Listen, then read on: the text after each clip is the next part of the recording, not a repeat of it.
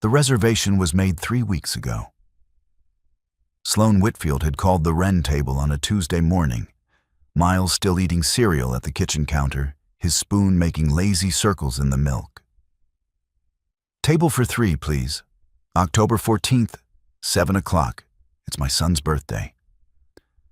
The woman on the phone had said, "How lovely. We'll make it special." Sloane had believed her. She believed a lot of things back then. Now it was 7:22 p.m. on October 14th, and the table was set for 3. The balloon Miles had picked out himself, blue, shaped like a T-Rex, was tied to the empty chair. The chair with no person in it. The chair that belonged to Derek. Miles was wearing the navy flannel shirt Sloane had ironed last night. His hair was combed back, one stubborn piece curling up at the crown no matter what she did. And I sat perfectly straight, hands folded on the table, eyes fixed on the front door of the restaurant, with the kind of patience that only children have. The kind that doesn't know yet it might be wasted. "Is Daddy almost here?" "He's on his way, baby." Sloane looked at her phone under the table. 17 missed calls, 0 replies. The restaurant was warm and quiet, the way Brooklyn Heights restaurants always were on Friday evenings, candlelit and unhurried, East River glittering through the tall windows, the distant skyline of Manhattan burning gold in the distance. Every other table was full. Couples, families, people who had shown up for each other. At 7:30, the waiter brought out the cake. Chocolate with green frosting dinosaurs. Miles had spent 4 minutes at the bakery choosing which one. He'd chosen the one with the biggest teeth. "Should we wait?" the waiter asked softly, looking between Sloane and the empty chair. "No," Sloane said. "We don't need to wait." She lit the 5 candles herself. Miles leaned forward, cheeks puffed, the whole small weight of his hope concentrated in one breath. He blew them all out at once. The restaurant applauded. Sloane clapped and smiled and took the photo and sent it to Derek. Delivered. No read receipt. She was already putting the phone back in her purse when she glanced toward the far corner of the room. And her hands went completely still. Derek was already here. He just wasn't at their table. He was sitting at the corner table by the window. The one with the low lighting and the view of the bridge. The one couples asked for when they wanted to be private. And Sloane knew because she had asked for it herself 7 years ago, the first time Derek brought her here. "That table," she had said, pointing. "The one that feels like a secret." He had laughed and asked the host, and they had gotten it. Tonight, someone else was sitting across from him. A woman in a dark dress, blonde hair swept to one side, one hand resting on the table close to his. Not touching, just close. The way you sit near someone when touching is already understood. Derek was leaning toward her, not much, just slightly, the way the body moves toward the warmth without being told to. Then he kissed her hand. It was a small gesture, brief, but unhurried. And Sloane understood, watching it, that this was not the first time. People do not kiss hands that way the first time. That gesture belonged to a history she had not been shown. Miles was saying something about the frosting dinosaur. Sloane turned back to him, smiled, answered. She did not know what she said. She moved through the next 4 minutes on a layer of herself she didn't know she had. The layer that functions when the real self goes somewhere quiet to absorb a shock. Then Derek looked up. Their eyes met across the restaurant. He went completely still. 3 full seconds. Then his expression arranged itself into something controlled. The face he wore in boardrooms when things weren't going well, but he needed the room to believe they were. He stood up, excused himself from the woman, walked toward Sloane's table. "Slow," He stopped, cleared his throat. "I can explain." "Sit down," she said. Her voice was quiet, absolutely level. "Miles is eating his birthday cake. You're going to sit down, and then you're going to sing happy birthday. And you are not going to make this night about anything other than your son. Are we clear?" A beat. He looked at her like he was looking for something. Anger, tears, something to manage. She gave him nothing. He sat down. Miles looked up, eyes lighting like candles themselves. "Dad, you made it." Derek's smile came a half-second late. "Yeah, buddy," he said. "I made it." Sloane watched her son's face, pure, uncomplicated joy, and filed it carefully away from the other things she was feeling. She picked up her fork. She ate cake. She asked Miles which dinosaur he wanted to take home. She did not look at the corner table again, but she had already memorized everything. "I already knew," Sloane said. "I've known since July." The color drained from Derek's face. Meant they were standing in the hallway of their apartment, Miles asleep down the hall, the city outside the windows doing what the city always did. Burning bright and indifferent. Derek had followed her inside with the energy of a man preparing a speech. He opened his mouth. She spoke first, and the speech collapsed. "You knew?" He said it like a question, but it wasn't one. "You knew and you didn't say anything?" "I needed to understand what I was dealing with before I said anything." It had started in July. A Tuesday morning, Miles at the counter eating cereal. Derek in the shower, his laptop open on the kitchen island, a notification appearing on the screen before Sloane could look away. Tonight was perfect. That was all. 7 words. But 7 words carry weight when they arrive on your husband's laptop at 7 a.m., and from a single initial. She had not opened the email. She had closed the laptop, rinsed her coffee cup, and driven Miles to his summer program. But she had started watching. Not obsessively, not with the frantic, wounded energy of someone hoping to be wrong. Carefully. The way she approached a building before she designed its interior, reading the structure, understanding what was holding it up and what was slowly giving way. She noticed the silenced phone on Friday evenings. The unfamiliar cologne, not his brand, something softer, transferred. The late meetings that appeared on his calendar as single words: ops, strategy, review, no location, no attendees listed. The Instagram account she found by accident, a public profile, a professional woman in marketing, frequent travel posts from cities Derek had visited that same week. Petra Voss. The name on the card she'd once seen on the kitchen counter, face down, that Derek had slipped into his jacket pocket before she could read it fully. She had read it fully. 3 months of watching. 3 months of building a complete picture before touching a single piece of it. "Why didn't you just ask me?"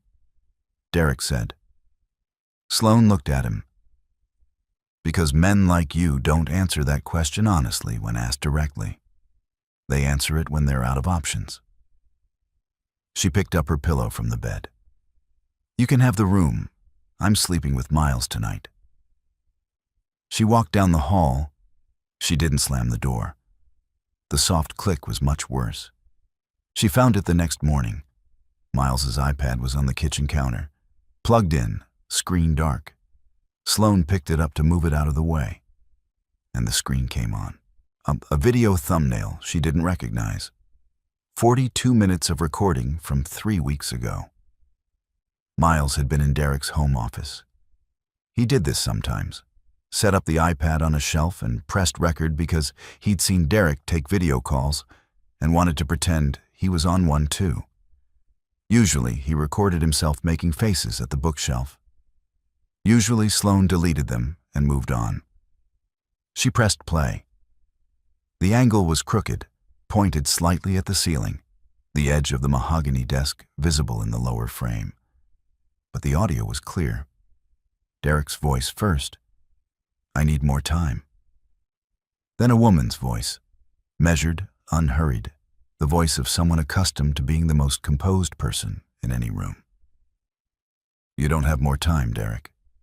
Neil is already asking questions about the quarterly numbers. If you don't restructure the equity before his audit cycle closes, both of us are exposed." "Petra, 31% into my holding entity. You file the transfer before the end of Q4, and then you initiate the divorce. After that, we consolidate the portfolios and you're protected." A silence. Derek's voice again, quieter. "And if I don't?" "Then Neil finds what he's looking for, and you explain it to a federal investigator instead of me." The video ended 40 seconds later when Miles walked back into the frame, picked up the iPad, and started recording himself roaring like a dinosaur. Sloane sat at the kitchen table for a long time. She was not shaking. That surprised her. She had expected her hands to shake. Instead, she felt a strange, cold clarity. The feeling of a room coming into focus. This was not only a betrayal, this was a scheme.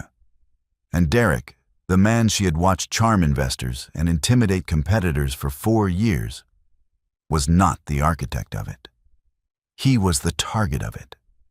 She saved the video to her private cloud, deleted it from the iPad, set the iPad back on the counter. She opened her Kindle and found her place in the 48 Laws of Power, Law 3. Conceal your intentions. She read it twice. Then she picked up her phone and texted Audrey, "Cancel your morning. I need you." Audrey Tran did not cancel easily. She was the kind of lawyer who had 3 phones and answered all of them. She billed time in 6-minute increments and once told Sloane that the only acceptable reason to reschedule a morning was a natural disaster or a federal subpoena. When Sloane's text came through at 6:47 a.m., Audrey read it, cleared her 9 o'clock, and then replied with 3 words. "Where? What time?" They met at Audrey's office on the 24th floor of a building in Midtown. 2 Starbucks cups on the conference table, the audio from Miles's iPad playing through Sloane's phone, while Audrey listened with her arms crossed and her expression going very, very still. When the recording ended, Audrey sat in silence for 11 seconds. Sloane counted. "That's not a divorce case," Audrey finally said. "That's a corporate fraud case wearing a divorce case as a coat." "I know.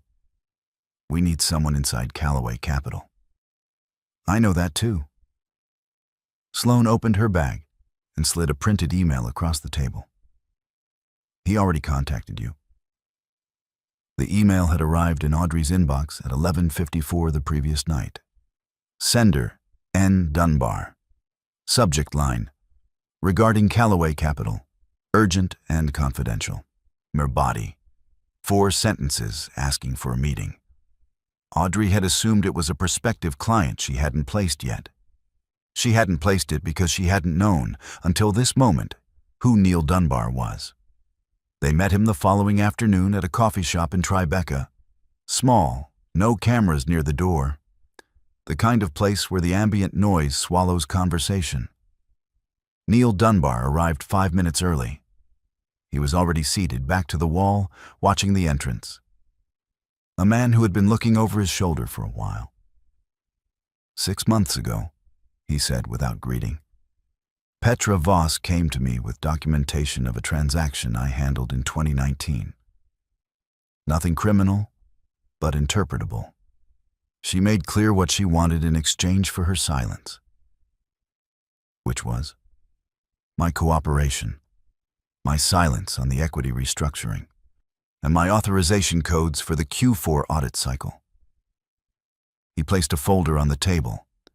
3 months of internal emails, wire transfers, shell company registrations in Delaware and the Cayman Islands. "Why come forward now?" Sloane asked. Neil looked at her directly. Because I watched what she did to the last two men who trusted her. And because I have a daughter your age. He pushed the folder an inch closer. And because some things are just wrong. The call came that evening. Sloane was putting Miles to bed, reading him the dinosaur book for the fourth night in a row, because Miles believed that if something was good, once it was good forever. Her phone buzzed on the nightstand. Unknown number. She let it go to voicemail. The voicemail said, "Sloane, this is Greta Calloway. I think it's time we spoke honestly, and I'll be home tomorrow evening. Come at 6. Sloane had spent 4 years being mildly afraid of Greta Calloway. The woman was precise, direct, and sparing with warmth in ways that could easily be mistaken for coldness. She wore her silver hair short and her opinions stated plainly. She had shaken Sloane's hand at their first meeting and said, "Derek speaks highly of you. Let's see if he's accurate." She was not a villain. She was simply a woman who did not perform softness she didn't feel. And Sloane had always interpreted that as disapproval. She arrived at the Upper East Side brownstone at 6 the next evening. The house was quiet and ordered. Books on every surface. A fireplace with low flames. Greta was standing at the window with a cup of tea, and she didn't turn around immediately, the way people don't when they're deciding exactly what to say. "I never liked Petra Voss," she began. Not the first time Derek mentioned her. Not the second time. There's a kind of intelligence that exists entirely in service of acquisition. She had that kind. She looked at every room the way an appraiser looks at furniture. She turned around. Her face was composed, but not unkind. "I did not raise a good man," she said flatly. "I raised a capable man. There's a difference, and it took me too long to understand which one I had. So I did what I could with what I knew." She crossed to the writing desk, opened the top drawer, set a document in front of Sloane. It was a trust deed dated 4 years ago, 2 weeks before the wedding. Greta had placed the Tribeca penthouse, her gift to Derek, into a co-beneficiary trust, and the second beneficiary, Sloane Whitfield. "You protected me before you even knew me," Sloane said. "I knew enough," Greta replied. "A woman who irons her son's shirt before his birthday dinner knows what matters. Derek has never ironed anything in his life." She poured a second cup of tea and set it in front of Sloane. "There's one more thing. Rowan Mercer called me last week. He's been asking about you." She almost didn't go. Sloane sat in her car outside Mercer's studio for 4 minutes, watching people move on the Soho sidewalk before she got out. The building was a converted cast iron factory, exposed brick, arched windows, afternoon light falling in long rectangles across the entrance. The kind of building that looked like someone had loved it carefully back to life. She pushed open the door. Rowan Mercer was standing at a drafting table with his back to the entrance, studying something. He was tall, slightly rumpled in the way of people who don't notice clothes. Hair silver at the temples in a way that had apparently arrived early and stayed. He turned when he heard her footsteps, and his expression did something she wasn't prepared for. It simply relaxed, the way a face does when it sees something familiar. "Sloane Whitfield," he said. Not "this is a surprise," not "it's been a while." Just her name, said like a fact that had always been true. They had met at Cornell in the first week of freshman year, thrown together for an intro design project, a temporary structure meant to be disassembled at the end of the semester. Rowan had argued for using only reclaimed materials. Sloane had argued for clean lines, and they had built something better than either version alone. And from that had come 4 years of easy, genuine friendship. Then Derek. Then New York. Then life moving fast in different directions, the way it does when no one is careless, but everyone is busy. "I've been following your work," Rowan said. He moved to the side table and picked up a printed page. A photograph of the Harlow Tower lobby, 2019. The light distribution in the corridor. No one else does that.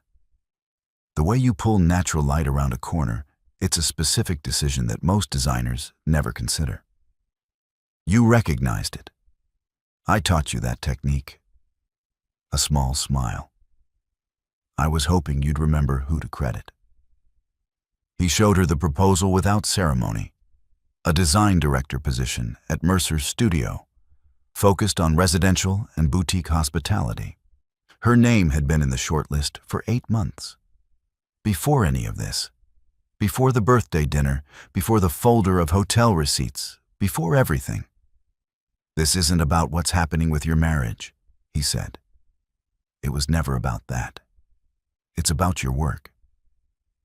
Sloan looked around the studio. The light, the space, the drafting tables covered in real work. She felt something unfamiliar move through her chest. Something like recognition. "When do you need an answer?" she asked. "Whenever you're ready," he said. "I've waited this long." The filing arrived on a Monday morning. Audrey called at 8:14 a.m. while Sloan was dropping Miles at school, her voice carrying the specific flatness of a lawyer who has read something infuriating and is choosing not to transmit that directly. "Come to the office. Don't stop for coffee." "I have coffee." The document was 42 pages. Petra Voss's legal team, a firm in Midtown whose letterhead alone cost more than most people's monthly rent, had filed a civil action claiming Petra was a de facto strategic partner of Callaway Capital, entitled to 15% equity based on a verbal agreement supported by written communications. They had included exhibits, emails, calendar invites, a consulting framework document bearing Derek's signature. "She prepared this months ago," Audrey said. "This is not a reaction. This is a plan." Attached to the main filing was a secondary document, a petition requesting temporary asset freeze on all Callaway Capital equity pending resolution of the partnership dispute. If granted, Derek would lose operational control of his own company while the case worked through the court system. It could take 18 months. In that window, Petra's holding entity in Delaware could maneuver freely. "She's trying to freeze the board out before anyone can vote against her," Sloan said. "Correct. And she filed it before we filed the divorce petition, which means she gets to set the narrative first." Sloan stared at the document. Outside the office window, Midtown moved at its usual pace. Taxis, pedestrians, the ordinary machinery of a city that did not pause for personal catastrophe. She had spent her adult life in this city. She had designed spaces for people to live in it. And now she was sitting in a lawyer's office reading a 42-page document that was written specifically to take something from her. "What do we need?" she asked. 3 things. Evidence the consulting agreement was fabricated or obtained under duress. Evidence the Delaware entity is a fraud vehicle. And a witness. Neil Dunbar. If he'll testify, he'll testify. Sloan stood up, moved to the window. "What about Derek? Does he know what she's actually doing?" Audrey looked at her. "That's the question, isn't it?" That afternoon, Sloan sent Derek a single text. "Meet me at the Wren table tonight. The table where you proposed. 6 o'clock. Bring nothing. Come alone." He arrived first, which surprised her. He was already seated when she walked in. Not at the corner table this time, but at the small one near the window where she had once told him she loved him for the first time. He looked like a man who had not slept in 3 days. She sat down, put the filing in front of him, watched his face as he read. It happened on a Wednesday. Not the big dramatic breaking. No screaming. There's no throwing things. Just a Wednesday at 1 a.m. in a West Village apartment she had been in for 11 days. Sitting on the kitchen floor with her back against the refrigerator and her knees pulled to her chest and a cup of tea gone cold in her hands. Miles was asleep. The movers had come on Saturday. The apartment was small, genuinely small, not Manhattan small. 2 bedrooms, galley kitchen, a window in the living room that looked out onto the side wall of the building next door. It smelled like fresh paint and someone else's cleaning products. Miles had declared his room the best room because it had a slanted ceiling he could jump toward without quite touching. Sloane had not told him it was temporary. She didn't know yet if that was true.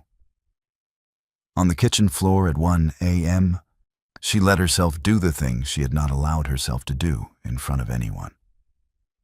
She let herself be in the middle of it, the full weight of it. Not the betrayal, that had its own shape and she had already mapped it. But the thing underneath, the years of carefully making herself smaller. The career she had folded up and stored away, because there will be time later. The portfolio she had stopped adding to. The mornings she had watched Derek leave for work and stayed behind, capable, skilled, with a drawer full of pencils she no longer opened, because she had decided that this was the shape of her life now. She had not been forced into that shape.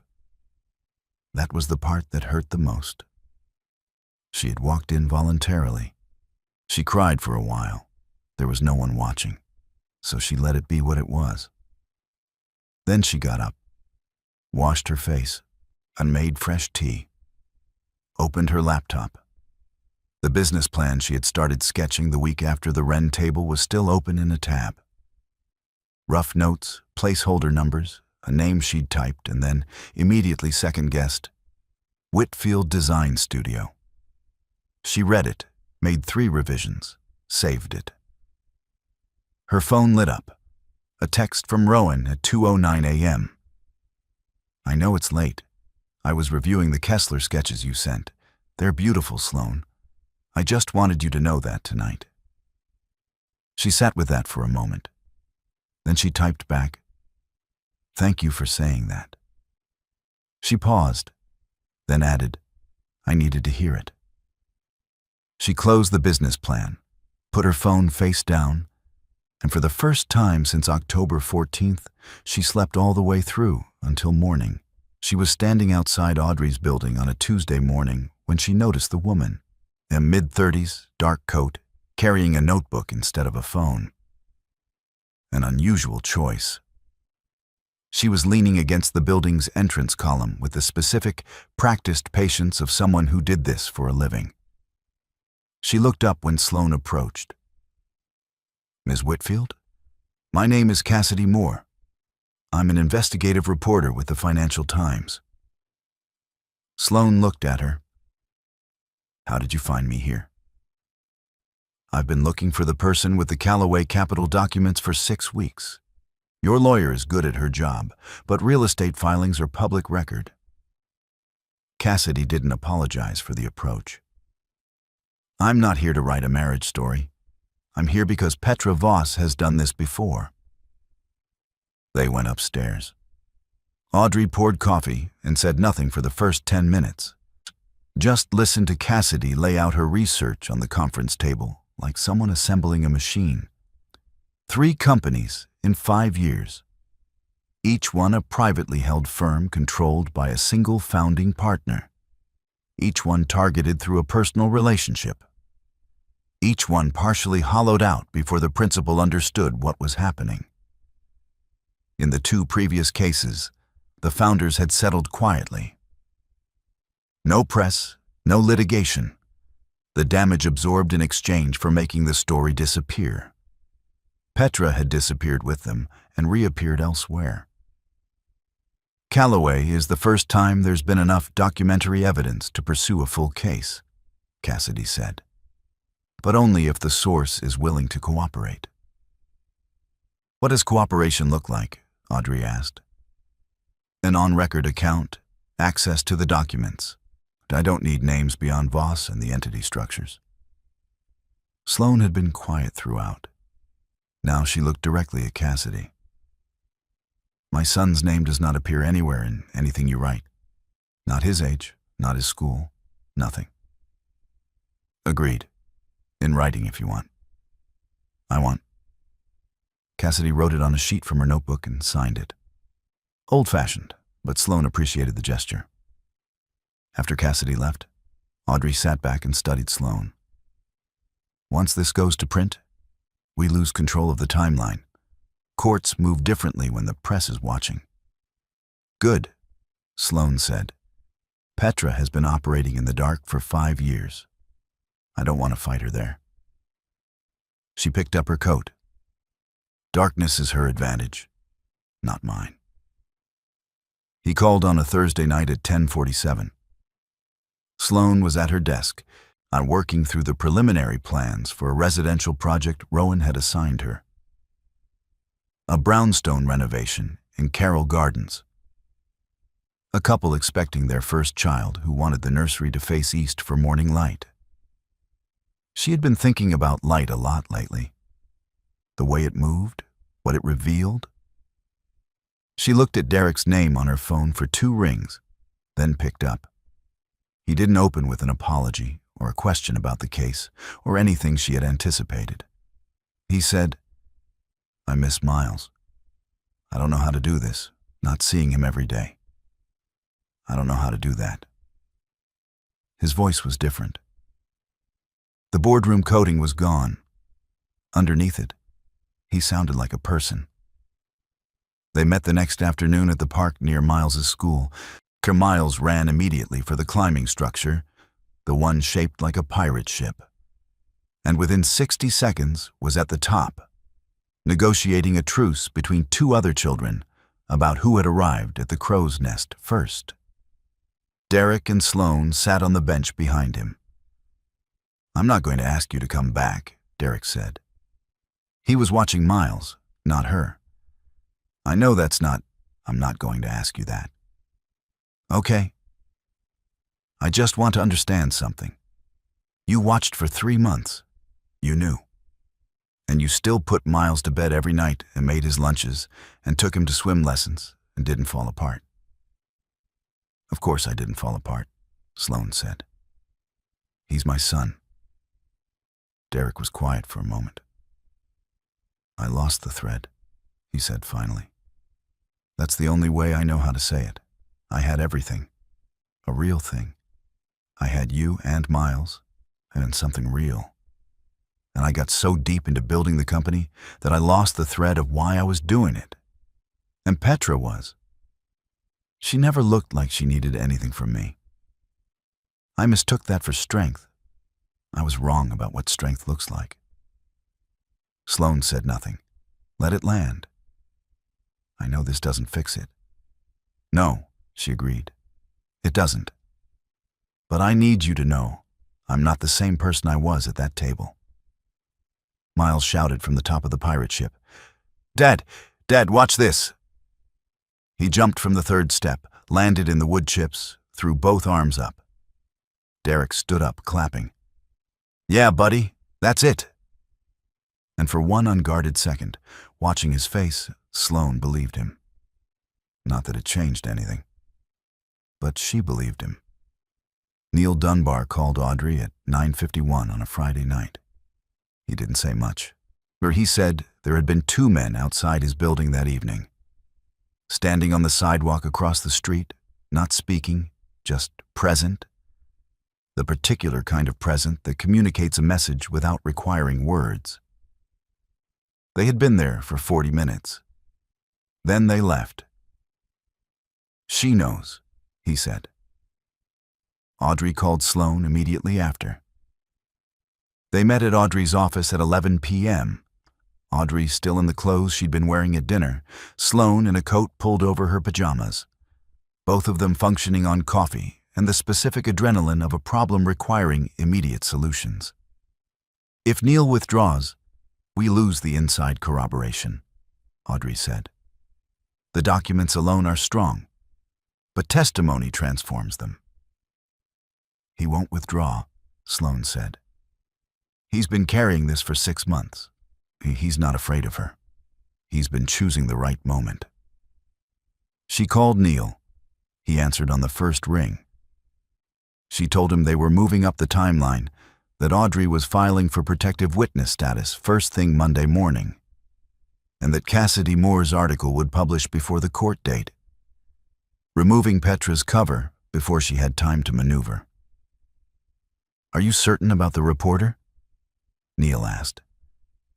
She signed her commitment in a notebook with a fountain pen. I found that reassuring.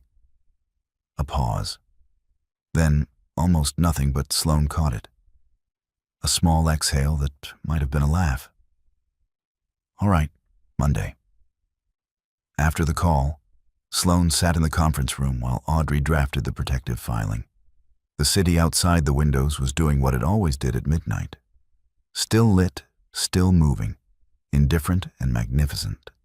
She opened her laptop to review the Kessler Project measurements for the 3rd time because her hands needed something to do. At 2:17 a.m., Rowan texted, "Still at the studio, working on the Meridian proposal. Can't sleep. You?" "Same," she typed. "Carroll Gardens brownstone, east-facing nursery. Good choice. What's the window dimension?" She sent him the spec sheet. He responded in 4 minutes with a note about the sill depth, a detail she hadn't considered, but was immediately right. They went back and forth for an hour. No mention of Petra, the case, Derek, any of it. Just the work. Just the particular pleasure of thinking through a problem with someone who thinks the same way you do.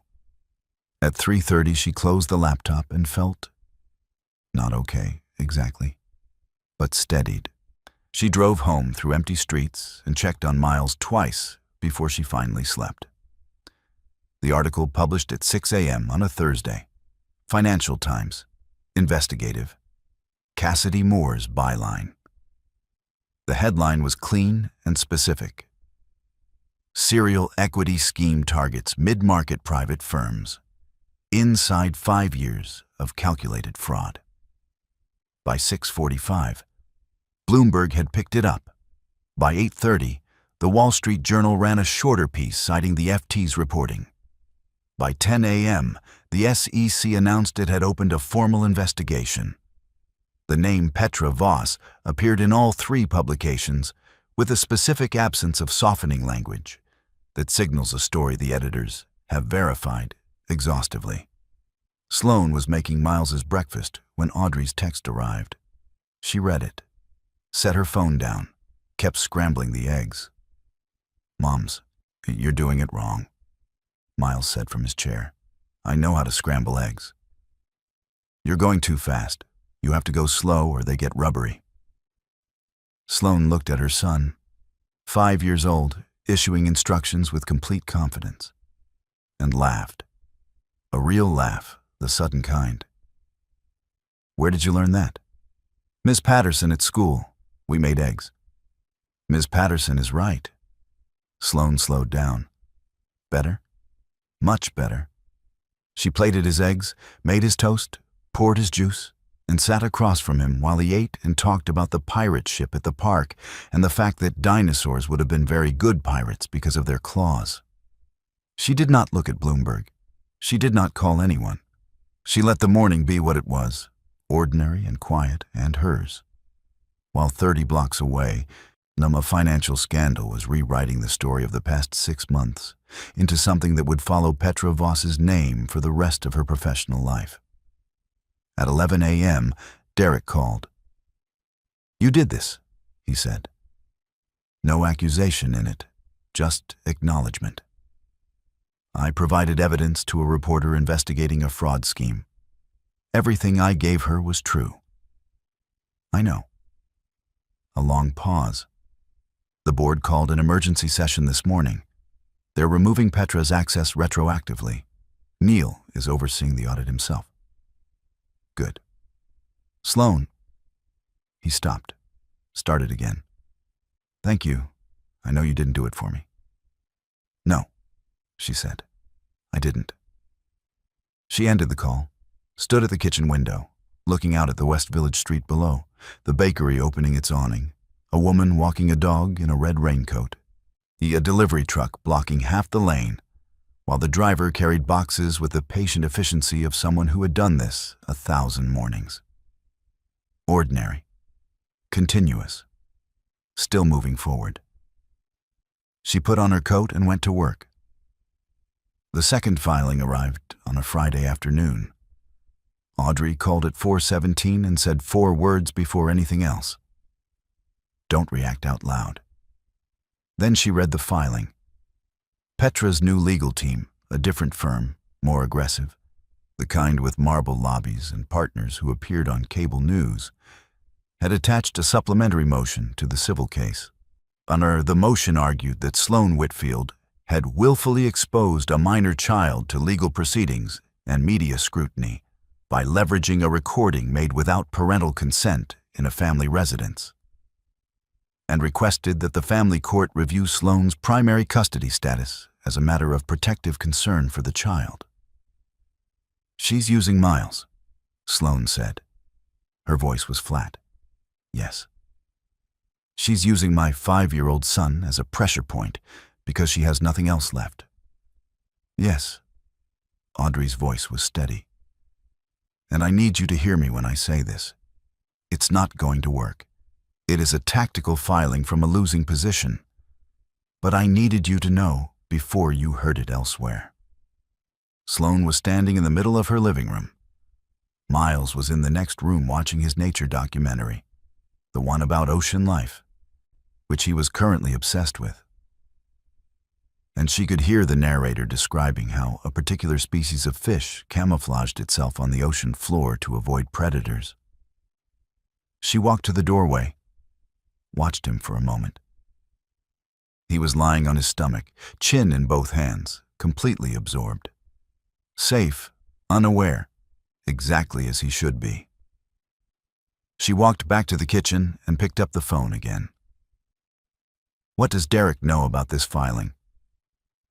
His lawyer received a copy at the same time we did. "I need you to do nothing for 2 hours. Can you hold on this for 2 hours?" Sloan, 2 hours, Audrey." Derek called her 40 minutes later. His voice, when he spoke, carried a quality she had not heard from him in a long time, something clear and cold and absolute. "I've instructed my attorney to contact Petra's firm. If that motion is not withdrawn by 9 o'clock Monday morning, I will hand over every personal communication between myself and Petra to the SEC investigation. Every single one, including the ones she thought she'd deleted." "She'll know you're serious," Sloan said. "I am serious. My son is not a bargaining chip." A pause. He was never a bargaining chip, and I should have been clearer about that a long time ago. The motion was withdrawn by Sunday evening. The letter arrived by courier on a Wednesday morning. Sloan signed for it before she looked at the return address, a law firm she didn't recognize, based in Delaware. She opened it at the kitchen table after Miles left for school. Whitfield versus Callaway Capital Holdings, LLC, and associated entities. Notice of civil action.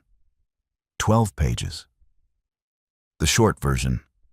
The Delaware Fund, through its legal representatives, was suing Sloan personally for $4.2 million in damages, claiming she had engaged in tortious interference with prospective business advantage by providing materials to the Financial Times and the SEC that disrupted the fund's legitimate commercial operations. She read it twice, carefully, then called Audrey. "They don't want to win," Audrey said immediately. "A suit like this against an individual in your position.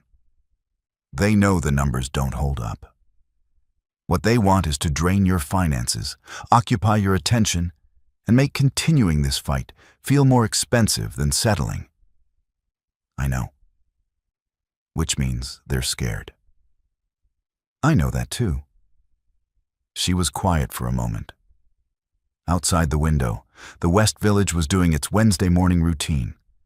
The woman from 4B walking her terrier, and the dry cleaner pulling up the security gate. The FedEx truck double-parked and unconcerned. I need to be at the family court filing tomorrow, and I need money for the defense. What does that look like? Audrey gave her the number. It was not small. Sloane hung up, sat for a moment, then opened her laptop and wrote a single email to Rowan. I need to accelerate the start date at the studio. Can we sign the contract this week and advance the first month's salary? The reply came in 11 minutes. Contract ready to sign this afternoon. Advance transfers in 48 hours. And Sloane, if you need more than that, come tell me directly. No emails. She exhaled. Then her phone rang again. Audrey calling back. Voice different now. Lighter, almost surprised. You're not going to believe this. Greta Calloway just called me. Apparently she spent her morning with her personal attorney reviewing the Delaware Fund's corporate filings. They failed to register a required New York State foreign business entity disclosure when they established operations here. They literally cannot file suit in New York courts. Sloane sat perfectly still for 3 seconds. She was a corporate attorney for 30 years, she said. Apparently she still is, when motivated. The suit was dismissed on procedural grounds before the end of the week. No hearing, no motion. Just a case that ceased to exist because a retired attorney in an Upper East Side brownstone had spent one morning being thorough. They arrested her at JFK on a Tuesday morning. Gate B-17, the 745 to Zurich. 2 federal agents and 1 SEC investigator, approaching from either side as she presented her boarding pass, on the kind of approach where she would have known before they spoke. The kind where running was not an option and had perhaps never really been. Sloane did not see it happen. She heard about it from Audrey at 8:03 a.m. via text message, 3 words and a link to the AP wire. She was standing in her kitchen making coffee when her phone buzzed on the counter. She picked it up, read it, set it back down, poured her coffee, sat at the table. In the room next to her, Miles was getting dressed, narrating his process to himself the way he always did in the morning. A running commentary on socks, the injustice of collared shirts, the relative merits of the blue backpack versus the green one. She could hear him clearly through the wall. His voice was even and unbothered and certain in the way of people who have not yet learned to be otherwise. She did not turn on the news. She did not call anyone to mark the moment. There was nothing in her that needed to perform satisfaction. The work had been done, carefully, methodically, with the help of people who had shown up when she needed them. And the consequence had arrived on its own schedule, as consequences tend to do when the foundation is laid correctly. Petra Voss was charged with securities fraud, wire fraud, and filing a materially false document with the SEC. Her Delaware fund was frozen. The 2 previous companies she had targeted, whose principals had settled quietly and said nothing, both reopened their cases within 72 hours of the arrest. She would not disappear this time. There was too much light on her now. At 9:45 a.m., Sloane was in family court. The hearing was quiet, almost procedural. Both attorneys presented. The judge read the custody agreement as submitted, jointly drafted over 3 sessions by Sloane and Derek through their respective counsel. Primary custody to Sloane. Structured visitation for Derek with a clear schedule and built-in review points. Derek signed without hesitation. He looked at Sloane once before he signed, not asking for anything. Just looking. She nodded once. He nodded back. Outside the courthouse, Audrey squeezed her arm. The October sun was sharp and low, the way it gets in New York when autumn finally means it. "How do you feel?" Audrey asked. Sloane thought about it honestly. "Ready?" she said, "for whatever's next." She almost wore the wrong dress. She had laid out 2 options on the bed the night before. A midnight blue wrap dress she'd bought for a dinner she'd never gone to, and a simple black one she'd had for 3 years and always felt most like herself in. She stood there for 30 seconds and then picked the black one without deciding. The way you make the right choice when you stop overthinking it. The grand ballroom of the Plaza Hotel was exactly what it always was. Chandeliers throwing gold light across a room full of people who built things for a living, the particular energy of architects and designers who spent their days solving problems that lasted decades. 300 guests, a projection screen above the stage displaying the event title. And beneath it, in clean modern type, Mercer plus Whitfield Studio, the Kessler Residential Project. Her name, on that screen, in that room. Sloane stood in the wings with Rowan and took a breath. "You ready?" he asked. She looked at him, and he was wearing a well-fitted charcoal suit and an expression of complete, unhurried confidence. Not confidence in the outcome. Confidence in her, as if the outcome was a detail. "Yes," she said. And she was. They presented together for 22 minutes. The kind of presentation where the room goes quiet, not because they're polite, but because they're genuinely interested. Sloane spoke about spatial memory, about the way people remember not what a room looks like, but how it feels to move through it. Rowan spoke about structural integrity and the obligation of form. The slides were clean. The photographs were beautiful. The work spoke for itself because they had let it. When it ended, the applause came before the MC could speak. Afterward, in the cocktail reception, the 3 partners from different firms handed her cards within 15 minutes. A developer she'd admired for years asked if she took on commercial consultations. Audrey materialized from somewhere, pressed a glass of sparkling water into her hand, and said quietly, "Mercer plus Whitfield. That's really what this is now, isn't it?" It wasn't quite a question. Near the entrance, Sloane saw Greta Calloway standing alone with a glass of wine, watching the room. Their eyes met across the ballroom. Greta raised her glass, almost imperceptibly. Sloane returned the gesture. On the way out, while she was collecting her coat, Rowan appeared beside her. He didn't say anything immediately, just walked alongside her toward the exit. Then, quietly, "I want to ask you something. Not tonight, but soon."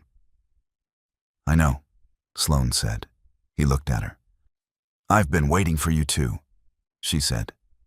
6 months later.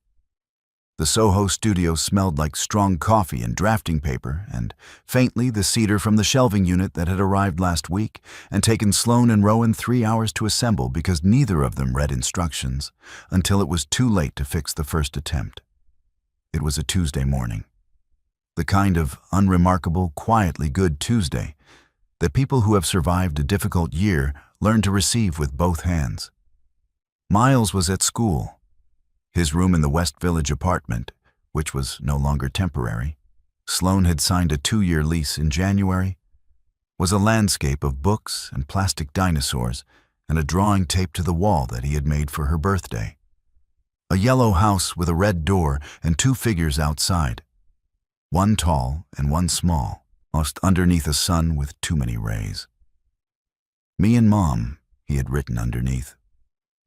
With the confident, irregular letters of a child who has decided spelling will work itself out.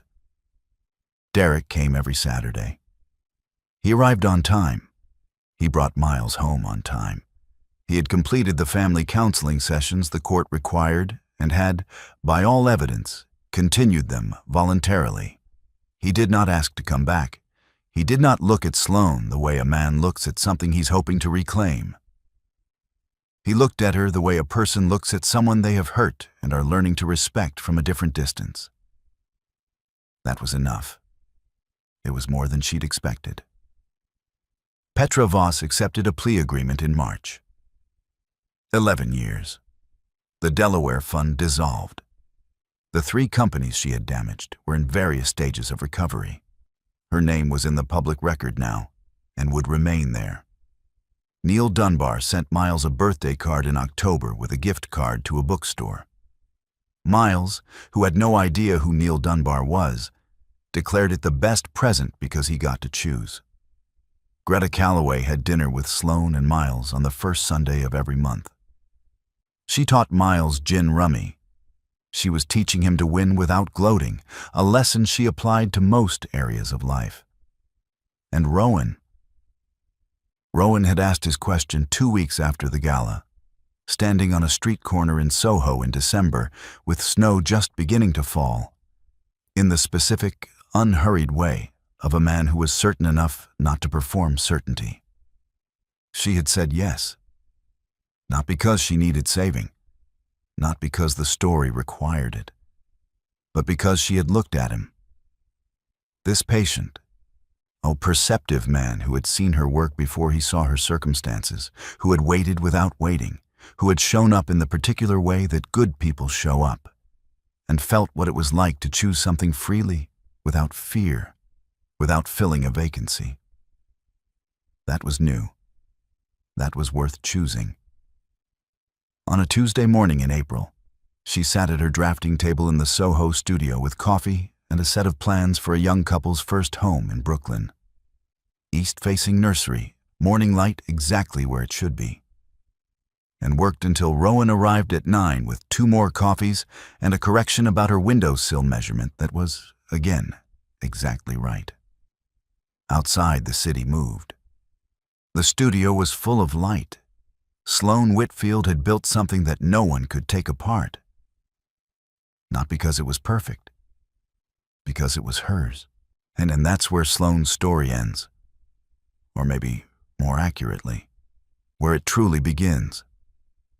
If you're still here with us right now, I want you to know something. That means something, because this isn't a short video. You stayed. And people don't stay for stories that don't touch something real inside them. So let's sit with this together for just a moment. Marcus Aurelius once wrote, "You have power over your mind, not outside events. Realize this, and you will find strength." Sloane didn't control what Derek did. She couldn't undo the empty chair at that birthday table. But she controlled every single choice she made after that moment. And that made all the difference. Here's what this story quietly teaches us. The most dangerous thing you can do is make yourself smaller to fit inside someone else's life. And Sloane folded away her drafting pencils, her portfolio, her name, and called it love. It wasn't. Love doesn't ask you to disappear. Healing doesn't always look like crying on the floor, though sometimes it does. And that's okay too. Sometimes healing looks like opening your laptop at 3 a.m. and writing your own name at the top of a business plan. Sometimes it looks like letting someone see your work before they see your wounds. You don't need to be rescued. You need to remember who you were before you started shrinking. If this story reached you tonight, if any part of Sloane's journey felt familiar, please hit that like button right now. Share this with someone who needs to hear it. And if you haven't subscribed yet, do it now. Because we tell stories like this every week, and you deserve to be here for every single one. We'll see you in the next story. This story is a work of fiction created for entertainment purposes. All characters, including Sloane Whitfield, Derek Calloway, Petra Voss, Rowan Mercer, and all others appearing in this narrative, are entirely fictional and do not represent any real individuals, living or deceased. Any resemblance to actual persons, events, organizations, or locations is purely coincidental. The restaurants, law firms, companies, and institutions referenced throughout this story, including the Wren Table, Callaway Capital, Mercer Studio, and all associated locations, are used solely as fictional settings and are not intended to represent actual businesses or organizations by those names. This video does not claim to document real events. It is a dramatic narrative crafted to explore universal themes of resilience, betrayal, self-discovery, and healing. All legal, financial, and emotional situations depicted are dramatized purely for storytelling purposes and should not be taken as legal, psychological, or financial advice. We believe in honest, transparent storytelling. Thank you for watching with that understanding.